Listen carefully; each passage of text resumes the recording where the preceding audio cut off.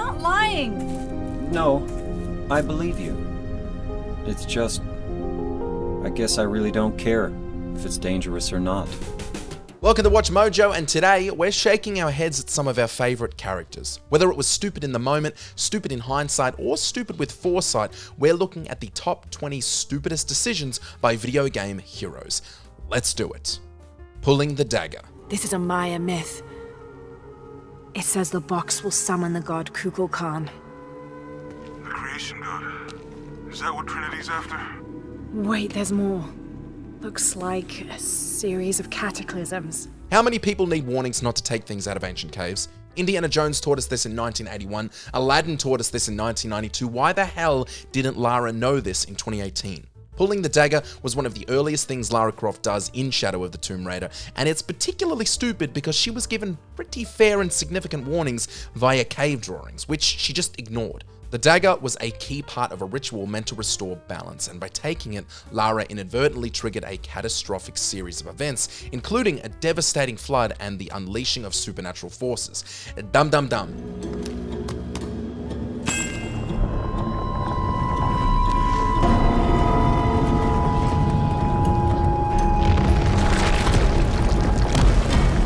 Returning to work. So if you can't find something or someone on your cameras, be sure to check the door light. This seems like a pretty obvious one, which is why it's all the more frustrating and unbelievable that someone could be this stupid. I understand. We've all got bills to pay, but in Five Nights at Freddy's, the player, as the night security guard, learns on their very first night that the animatronics come to life and are clearly trying to harm them. This begs the question, why the hell do you go back to your following shifts? Even on my tightest budget, eating every third day, I wouldn't step foot back in that place for a paycheck.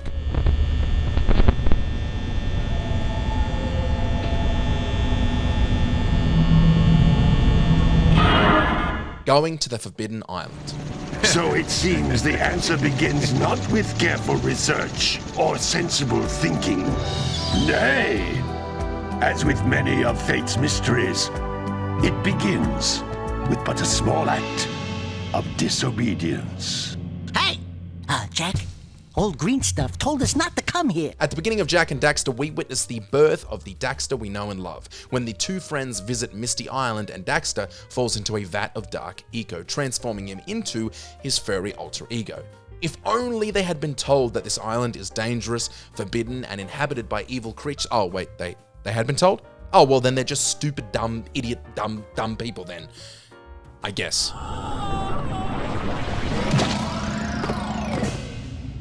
Man, that stung. I told you we shouldn't have come here, and you listened. What? Going alone. You were right. I did lie to you. I shouldn't have. All I can say is that if you get this, stay away.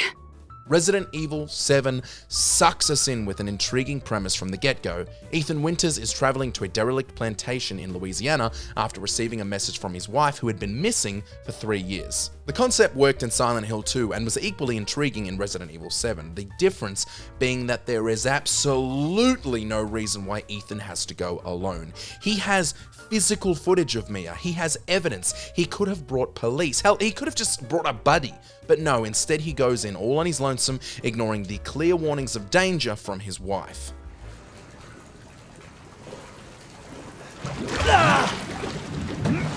Giving yourself amnesia.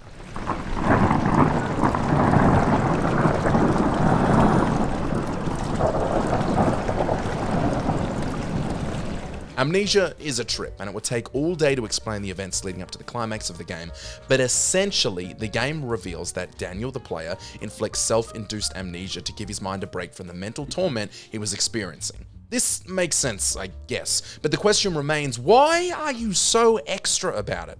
Leaving notes for yourself, not destroying the creature tormenting you beforehand, everything the player did before giving themselves amnesia is incredibly melodramatic, and just frankly, a bit stupid. You weren't helping yourself, you were making everything way worse.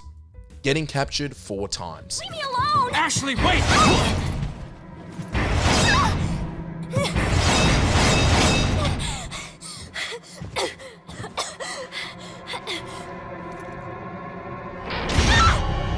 Ashley! One of the most annoying side characters to ever exist in gaming is Ashley Graham, the president's daughter, and throughout Resident Evil 4, Ashley's choices like pushing Leon away and carelessly running into traps set by the Los Illuminatus led to her capture not once, not twice, but 4 times by the end of the game. Her reckless behavior often hinders the player's progress, earning her the spot on the idiot list. Sorry, Ashley, but jump into that dumpster and shut the up. Leon.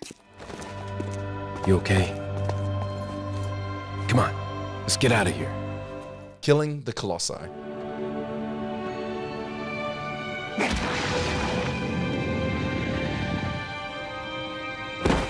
It's never too late to turn back. That's what most entries on this list need to learn. Sure, your determination leads you on a mission, and when you get to the goal and notice something is weird, you can always turn back. That's how learning new information works. In Shadow of the Colossus, the player believes that killing the Colossi of the area will take them down a path that will result in bringing their dead princess back to life. But after killing the first Colossi and witnessing the gruesome effect it has on your body, our protagonist Wanda should have realized they were being fed false information. And as he got sicker and sicker with every dead Colossi, maybe he should have turned around and gone home and said, maybe dead people should just stay dead.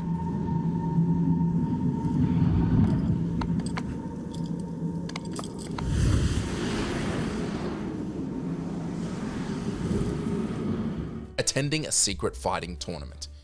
Martial arts tournaments should resemble those in Karate Kid, featuring large events held before massive crowds, definitely not in secret, with referees and doctors present. In these competitions, if any opponent lands a hit, the referee awards a point, but also ensures the fighter stops any further attacks. While a kid might end up with a sore leg now and then, the stakes are low enough that no one ends up in a body bag. When it comes to regular humans like Johnny Cage and Sonya Blade, they have no business attending a secret death tournament like Mortal Kombat, and anything other than saying no is just plain stupid. Exploding room.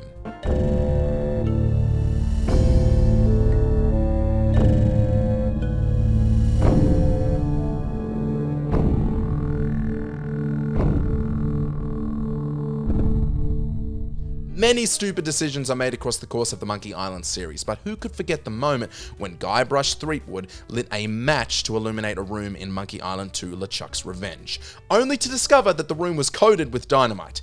His mishap gave players a good laugh as they watched him drop the match, resulting in a massive explosion at sea. But Guy, friend, pal, why would you drop the match?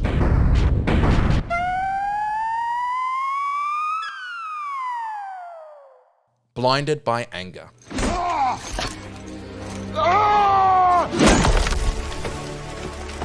Vengeance is a recurring theme in Greek mythology, appearing in various tales. It's easy to grasp Kratos' quest for revenge on Mount Olympus, but that doesn't excuse his blatant stupidity. Going into all the stupid decisions he made through anger would take all day. His relentless anger often clouds his judgment, leading to Zeus to deceive him into relinquishing all of his godly powers, and Gaia to manipulate him into collaborating with her right before she betrays him. Talk about stupid. Slippy is always in trouble. Too hot! The R-Wing can't withstand the surface temperature of the sun! I apologize for doing 2 vague entries in a row, but unfortunately, some characters like Kratos and Star Fox's Slippy just act pretty consistently stupid, and we just need to point at them and say, hey, you're dumb. Slippy is often seen as the outcast of the Star Fox team. Few fans of the series would name him as their favorite character, given that this little frog pilot is always getting into trouble. When he's not under attack from enemy forces, he's busy lamenting the challenges of piloting. For instance, he often flies directly into obstacles and even once got knocked onto another planet. Great job, Slippy. You idiot. This is horrible. Altair goes after Disable. You know not the things in which you meddle, assassin. I spare you only that you may return to your master and deliver a message. The Holy Land is lost to him and his. He should flee now while he has the chance. One of the stupidest decisions Altair ever made came at the beginning of the first game in the series, when the Master Assassin broke the second tenet of the Creed by confronting his enemy directly. I'd understand if he broke the 10th, but the second? His failure to stay on mission resulted in the death of his friend Kadar and Kadar's brother Malik losing his arm. Altair ultimately lost his rank as Master Assassin and was stabbed. Seems fair.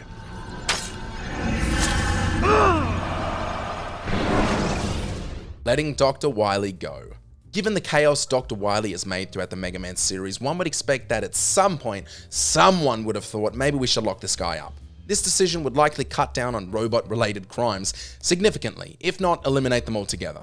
Dr. Wily is pure evil, even going so far as to wear skull-patterned pajamas, which should make it clear that he's untrustworthy. Despite all the damage, pain, and turmoil he has caused, Mega Man always manages to forget to lock the bastard up.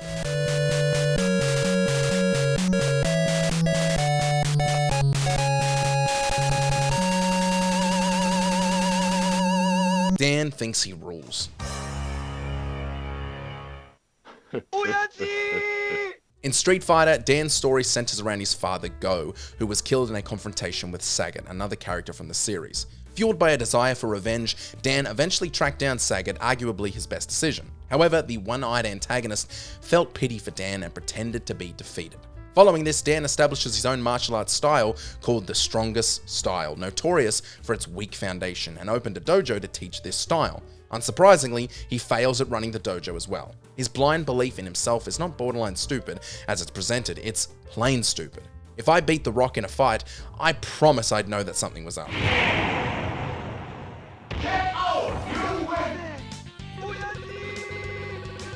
Activating Rex. Snake! Did you like my sunglasses? Damn. Snake is not a stupid man, nor is his team, but somehow, even with his team of military personnel behind him and the computer genius who created Metal Gear Rex, Snake was somehow still tricked into going through the process of deactivating Metal Gear Rex, only to discover that he was being tricked into activating it instead. Stupid. Just so stupid. Somebody had to have read the manual. I mean, Otacon probably wrote the f***ing manual. I need to calm down. How do I stop it? Working with the government. Hey, come on. Now listen. Jack, darling, get on this horse. Get out of here. Go find a place to hide. No one is claiming that rescuing his wife and daughter from the government agents would have been a simple task for the ex-gunslinger John Marston, but it certainly seems like it would have been more straightforward than the route he chose. Tasked with taking down Dutch Vanderlin's gang, of which he was once a member, Marston shows no hesitation in his willingness to kill to protect his family. It's not just about hunting animals. Throughout the game, John Marston ends up killing literally hundreds, if not thousands of men and women as he pursues his goal. His belief that this would result in him running away scot-free is a level of stupid that lines up perfectly with the gang-raised protagonist.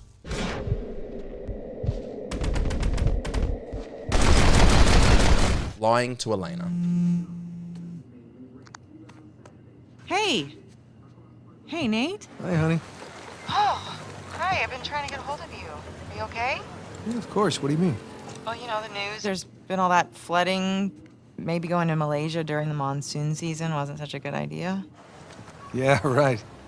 Right, yeah, it grounded us for sure. You know, had some equipment failure, but, you know, no one's hurt or anything. Well, as long as you guys are safe. So are you going to start work tomorrow? Postponed, actually. Looks like we're gonna need maybe another 10 days or so. Ugh. Men, am I right, ladies? Deception undermines trust, which is crucial in Elena and Nate's relationship. And sure, we'd forgive Nate if this was his first time lying to Elena, but his lies had already caused the breakdown of his relationship back in the third game, and since he got it back, you'd think he'd had learned his lesson. By hiding his involvement in treasure hunting again, Nate risks damaging the bond they've built over the years. Additionally, his lies create unnecessary tension and conflict, ultimately putting them both in danger as they become embroiled in this quest. It's clear to the player and Elena, had Nate explained the situation of finding his long-lost brother and needing to take on this quest to save his life, that she probably would have not only allowed him to do it, but could have been a crucial tool in the success of that mission. Stupid, Nate. Stupid. I'm glad you didn't lose a limb or anything. It would have been a royal pain getting you out of here. How did you, find me anyway? Oh, you know, easy. Just follow the sound of gunfire. No, I mean, how did you get here? Forgetting to save the planet.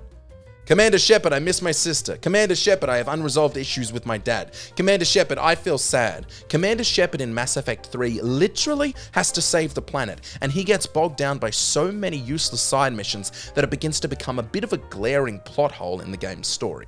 Of course, this is a choice by the player, which is why this is our only entry that is a player-driven choice, but we thought we'd include it to highlight how ludicrous side missions really are in RPGs, especially when the player has a life or death main mission to achieve. Come on, people, can't you handle your own problems? I'm the commander of a spaceship, I'm the Dragonborn, I'm the goddamn Vault Dweller. Go away. Staying in Silent Hill.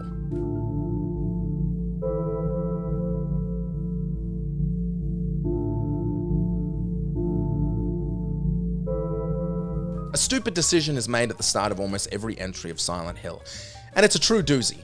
Now, admittedly, almost every character is in Silent Hill for a reason that is more substantial than a holiday, but not every reason justifies remaining there once you discover the town is filled with monsters. Almost every character has the opportunity to turn around and go home, some to a blatant degree, but all remain and explore the horrors that the town has to offer. Your errands can wait. Leave and come back with 3 big friends. It's just, I guess I really don't care if it's dangerous or not. I'm going to town either way. Before we continue, be sure to subscribe to our channel and ring the bell to get notified about our latest videos. You have the option to be notified for occasional videos or all of them. If you're on your phone, make sure to go into your settings and switch on notifications. Condemning the world. Welcome to the Fireflies. Sorry about that. They didn't know who you were. And Ellie? She's all right. They brought her back. This is a tough one because nobody likes to call Joel stupid. Towards the end of The Last of Us, Joel is presented with a conundrum. Allow his surrogate daughter Ellie to die peacefully in her sleep so the doctors at the Firefly-controlled hospital can reverse engineer a vaccine to end this decades-long nightmare the world is living through, or brutally murder every single person in the hospital and save Ellie. We all know how it ends. Taking autonomy away from Ellie is stupid enough, especially considering she would have definitely allowed herself to die, but condemning the whole world to save one person is inarguably stupid, especially when you're sending that person back into the worst world imaginable. I can't say I would have done any different, but I'm also very, very stupid. You just come after her. Did you enjoy this video? Check out these other clips from WatchMojo and be sure to subscribe and ring the bell to get notified of our latest videos.